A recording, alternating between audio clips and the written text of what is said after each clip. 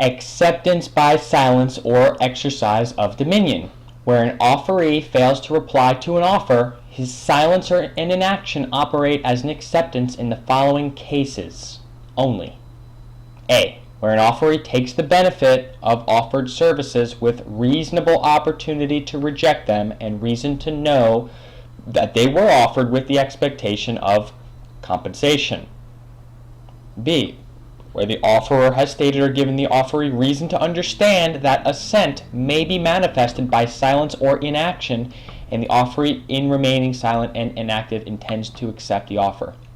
So, does this explain to you how, when you're dealing either with saving your home from foreclosure or any other secured or unsecured battle with the bank, or in the offensive, if you're looking at claiming an abandoned vacant property in your community, and you find out who the owner is and you send them a contract, notice of intent, or notice of offer.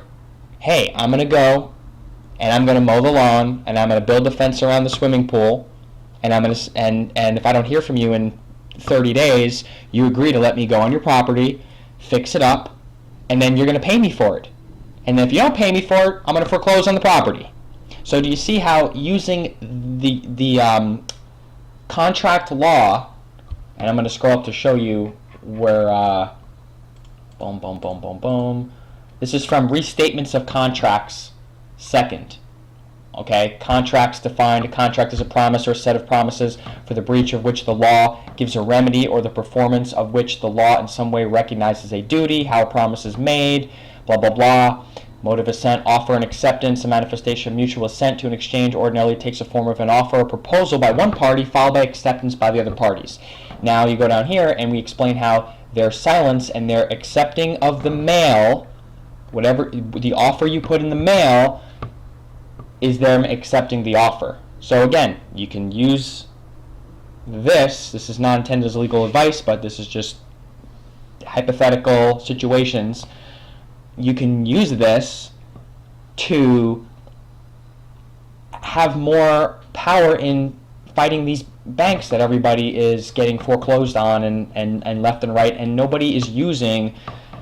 I don't see there's anybody else out there that's using Restatement 2nd and the UCC in their pleadings and is actually going and enforcing it. You're going to have to go, and in some cases you're going to have to put these pleadings into court in order to get enforcement in a public court. So this is key here, acceptance by silence. Let's continue on. Where because of previous dealings or otherwise it is reasonable that the offeree should notify the offerer if he does not intend to accept. Boom! Hey, you're trying to foreclose on me for my mortgage? Here you go. Here's a piece of paper with scribble on it that I think is worth $1 million. Here you go. And here's a contract associated with it. And if you do not accept, you get to clearly spell out the terms by you keeping this piece of paper with my signature on it, which I'm not a banker, I don't know, but I presume that you can monetize any piece of paper with a signature on it, because that's what you did in the first place with the original promissory note. Aren't all the promissory notes securitized, bundled up, and sold to investors on Wall Street? So if I send you a piece of paper with a scribble on it, or if I send you a money order for $10, or if I send you a bottle of wine, or anything else of value or consideration, what if I send you certificates of beneficial interest in a trust?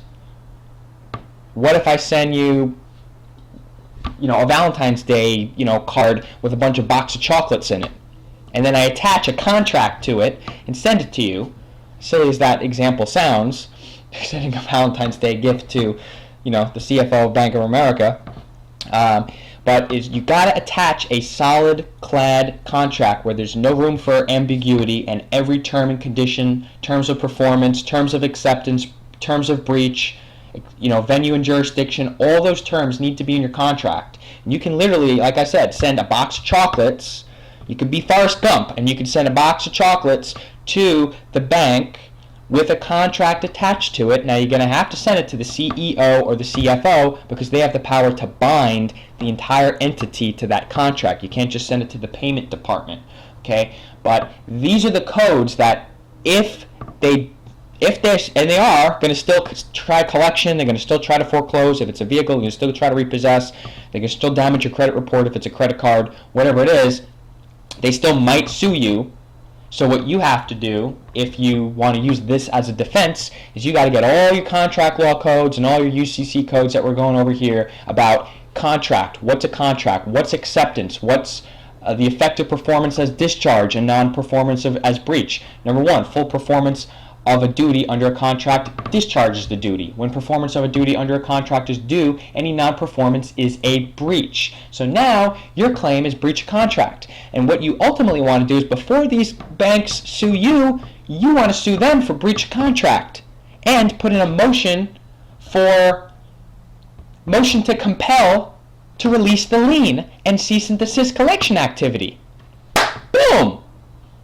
So nobody's doing this. Why is nobody doing this? So hopefully you guys will learn from this video. And again, you can go to our website and get a lot of these documents for free.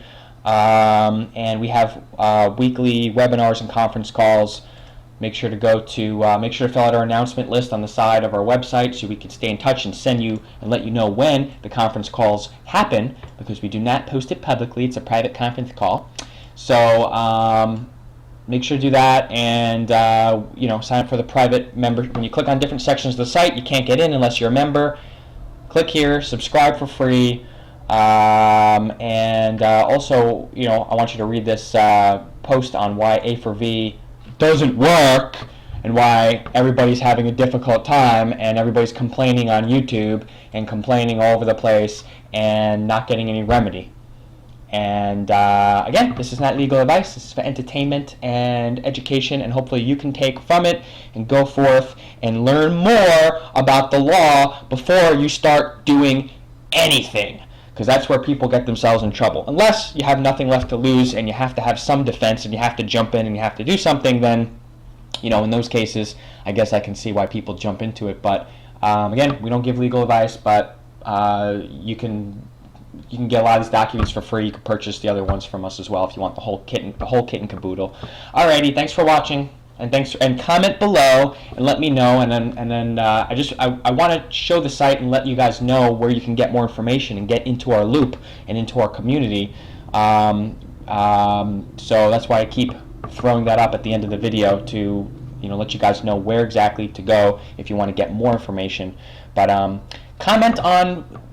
please comment below in the video on some of the codes and some of the contract stuff that I mentioned here, and I'm going to make a few more videos. So we're going to cover more codes and more things, and the people that are knowledgeable can actually just take from these videos and run with it, and let us know how it goes.